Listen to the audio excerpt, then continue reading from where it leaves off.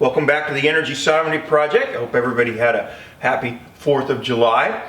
We'll make this fairly quick because this was a relatively uneventful week. The temperatures have been mild. They tend to creep up a little bit at the end of July, but for now they've been very manageable. We've been maintaining the temperature of the home by opening the windows in the evening, 8 o'clock in the evening. The temperatures outside drop below our air conditioning set point of 76 to 78. And during the day, we close the windows up in the morning, and the home maintains its temperature with a little assistance from the circulating fan coming on maybe around noon or so, with a little bit of AC use from 3 to 5, maybe 6 in the evening. And then by then, the home is set for the day, and so that's what you'll see as we go back over to the studio and go over the numbers for the week. And speaking of that, I suppose we should go ahead and get this started.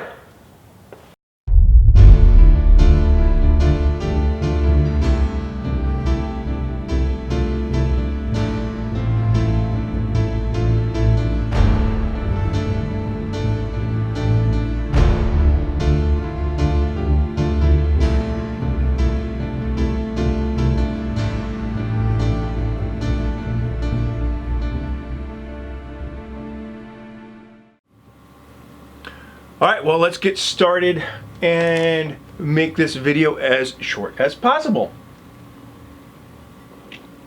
For those of you who are just joining us, we do these weekly updates to keep everybody abreast of all the anomalies that happened over the past week, and also to showcase the fact that we're actually doing this.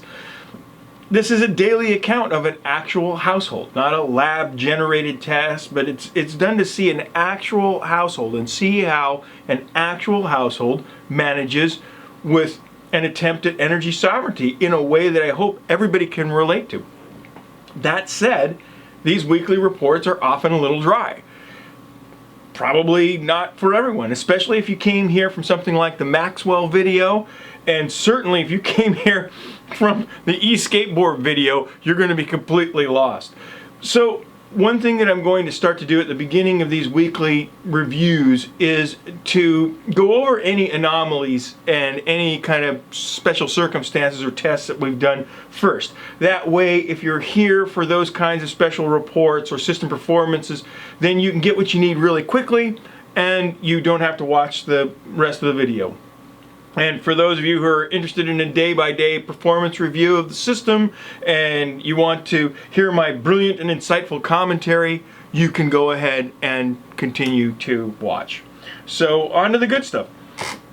So on the 3rd, 5th, and 6th, we did some tests, and so you'll notice a few strange activities, and these relate to some of those tests where I was pulling power out of the power walls and putting power back in, pulling out measured amounts of power to see what the resulting percentages were, basically. Excuse me. And I'll go into greater detail about those specific findings later on when we do that video where we cover those efficiency numbers.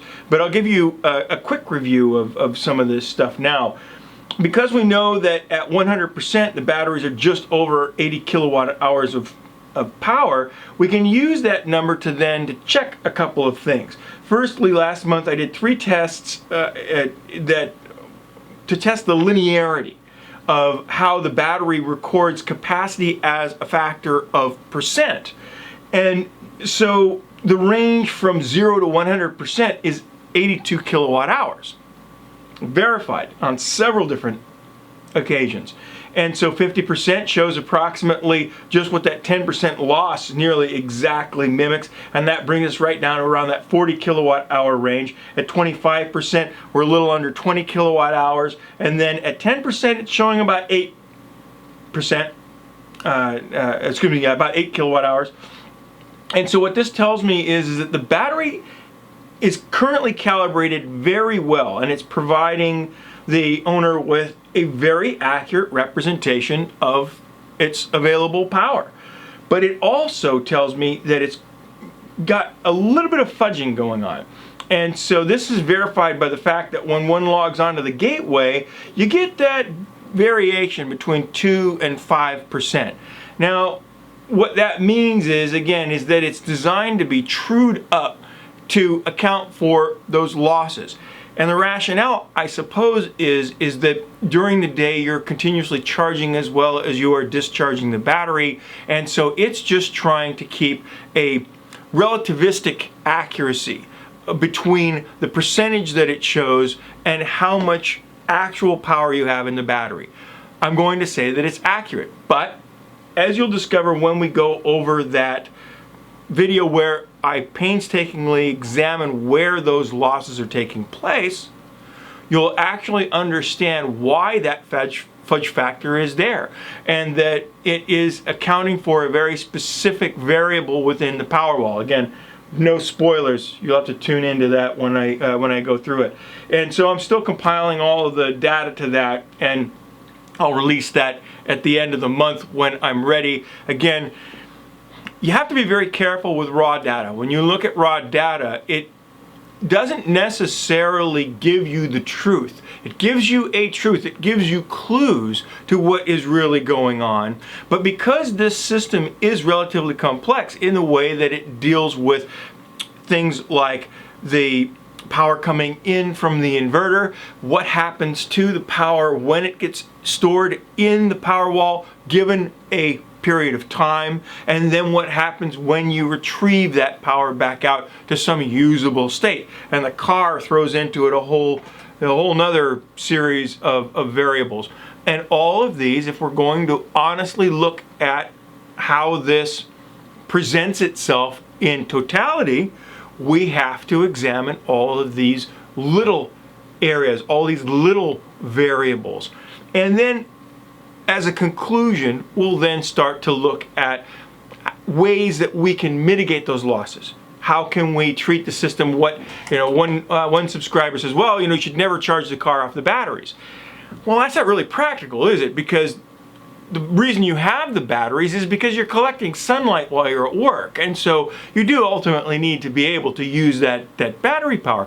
But how do you mitigate that? How do you reduce those losses? And those are some of the things that we'll discuss. But that's basically it. This week was really uneventful. It was basically just a nice early summer week. And there really wasn't all that much exciting things to talk about.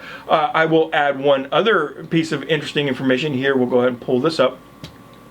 So on July 2nd, we had a pretty decent day of production. I knew it was forecast, not a lot of clouds. Little clouds crept in later on in the day. As you can see from this graph that I pulled up, the little notching that occurs, that's because of some upper level clouds that were present later in the day.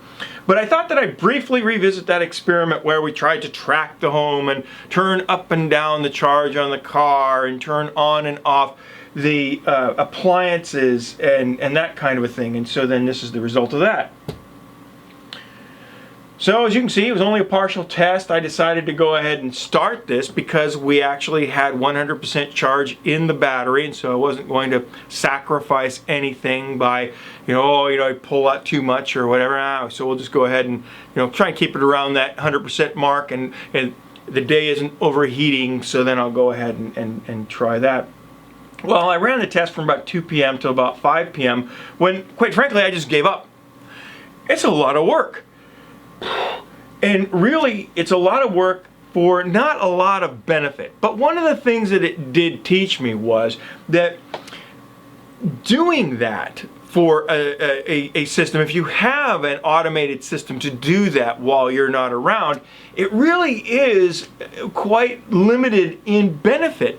And the reason that it is because when you do this on a day that's occurring, you're eliminating one of the huge benefits that having so much extra capacity gives you. And that is that you can live out your day and then see what it did to you. You live out your day and then you can charge your car in the evening off of the batteries. You can choose or choose not to do your laundry that day. And so tracking along with the system is not necessarily all that beneficial, to be honest. And there is one exception to that, and that is if you have set up your home in a way where it can store that additional energy as a way to do something other with it than just sending it back to the grid, then that could be a benefit. If you have a second vehicle that happens to be at the home and the batteries are already at 100%, why not go ahead and send it to the car. If you have, as we have, 2 water heaters, and that's why I'm really starting to think, well, what if I do next year install 2 electric water heaters? That could certainly be a choice. It's insulated. Once I bring it up to a high temperature, it will hold that temperature for a period of time. So it might be feasible in a future system that's very smart to go ahead and say, oh, well, my batteries are 100%. Why not try a less efficient battery? Because that's how I would view something like a water heater. All right. So those are things to think about. But from a predictive standpoint, I think it's actually a mistake to have a home track the home exactly. I don't think that gives much of a benefit in a system, especially when the batteries are not charged to 100%. I think that it removes an element of predictability that the large amount of capacity that we have gives us. So I think we kind of shoot ourselves in the foot over that. But I did manage to do some tests and get some test data this week for that special video that we're going to do on system losses. And again, I'll compile that and try and present that probably towards the tail end of this month. You can look for that. It's going to take a little while, like I said, to crunch that raw data into something that we can actually use and discuss. So that's it. That brings us to an end of any of the quick updates that I can give you. So anybody else that wants to stick around for the daily blow-by-blow, let's get started.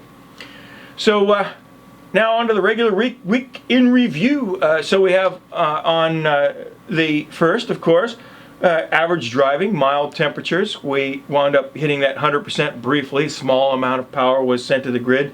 Not much, but it was worth reporting. It's a fun thing. You hit 100%, start to stuff a little bit to the grid. Good production for the day, 61.8 kilowatt hours. And again, the home consumption is starting to go very low now. Again, the temperatures now are reflecting what they usually are this time of year, around June, early July. Late July, they start to creep up. August, they start to creep up. You wind up with a lot of that stored heat energy as the summer progresses.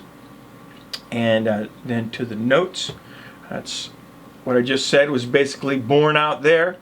Usual vehicle use, like the notes say, I got home late, so I didn't charge until the following day. So plenty of time to recoup the system. And I'll let you look at that for just a second. And then here we have on the second, perform that test that I was talking about. I didn't put much into the car.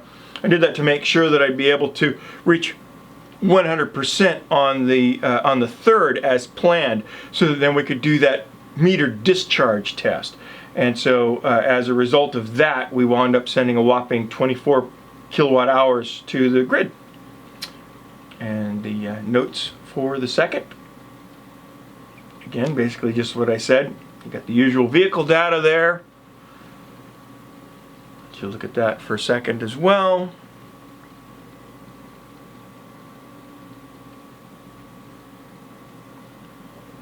And then on the third, good production day. But again, the item of note here is that drawdown of the system that I did by exactly 40 kilowatt hours. Again, that went to the vehicle. It was not an accident. If for some reason I had not gotten enough freeboard in the vehicle to do that, I would have actually had to have turned on other appliances and whatnot to get what I needed out of the power wall quickly. And so that was where the system hit 50%. There was some recovery after I got to that 50% mark, ending us at a total solar day of 69%. And again, this slug charge was taken later in the afternoon, but because of that, the system had hit 100% for a short period of time. Then the drawdown had sent 7.1 kilowatt hours to the grid prior to doing the drawdown test. And the notes, again, pretty typical vehicle data. Wound up charging the vehicle to very nearly 90%. I was willing to go to 100% if I had to, and then I would just kind of drive it around to scrub some of the power off of the vehicle. You don't want to leave the car at 100% either, neither do you want to ever get into a situation where you leave it empty. Again, basically just what I said. And so then we have July 4th, kind of hung out and did fireworks with the neighbors. That was a lot of fun. Warmed up a little bit for the day there, and that's reflected in the slightly increased home usage, where you start seeing a little heavier use on the AC for that day. We did a little bit of cooking as well. Good production though. Nothing to the vehicle. It was prepping the system again for more testing on the 5th. And then the notes, again basically what I said previously, more typical daily home usage for July. Where we start seeing it start to creep up. You'll get a few days poking their heads in now and again where you'll have some elevated use as we did today. There wasn't any vehicle charging, but yet we still used 41.1 kilowatt hours for the day. And then here we have the 5th.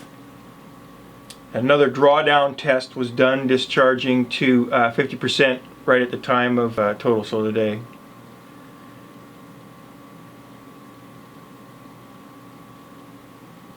And so then again, that could be measured. It was designed to take out a specific amount so that we could measure the capacity both in and out of the power wall. And so then here's the notes, 25 kilowatt hours to the car. And that again, like I said, that facilitated that 50% drawdown that we did.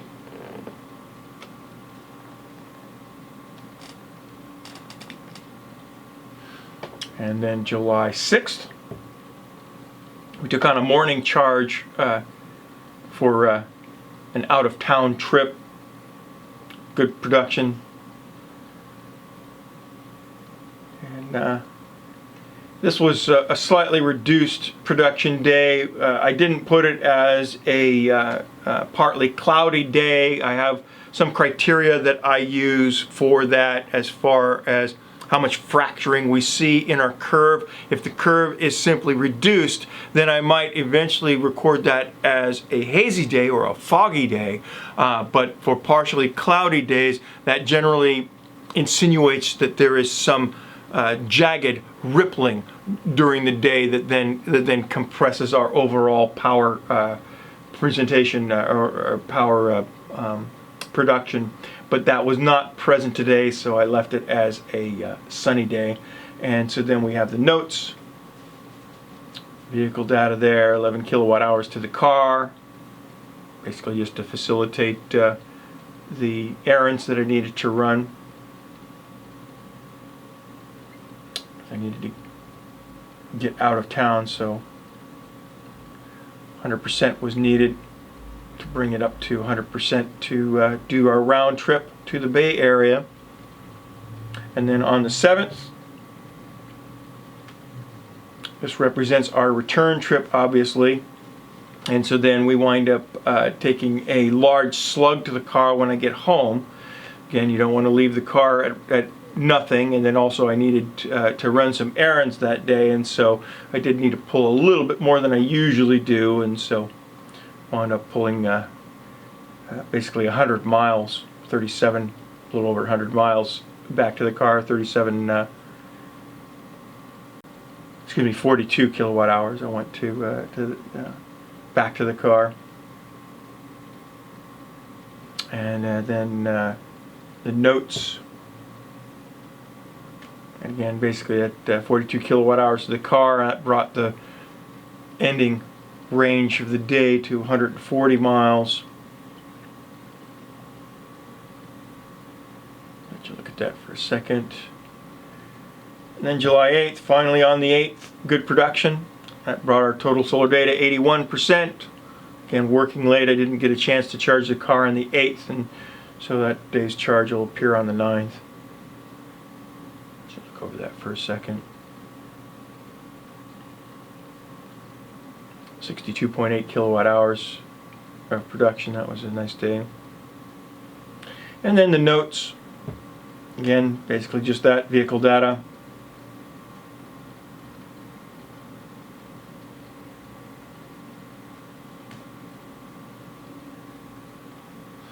And that brings us to a close for our first week in July. Not much going on. I'll be getting a couple of important videos out this month, but this week was pretty low-key, no drama, just sunny days and a well-working, well-functioning system. Got a chance to get some driving in this this week to, again, keep us all real world and have it wind up something that you guys can relate to at the end of the year. Again, I don't do a lot of driving, and that's just kind of what it is. And as always, thanks for joining us on our journey. I wish you all the best of luck with your own systems. And if you have any questions about anything that you see here, feel free to leave a comment, and I'll try and answer them. And so, until next time.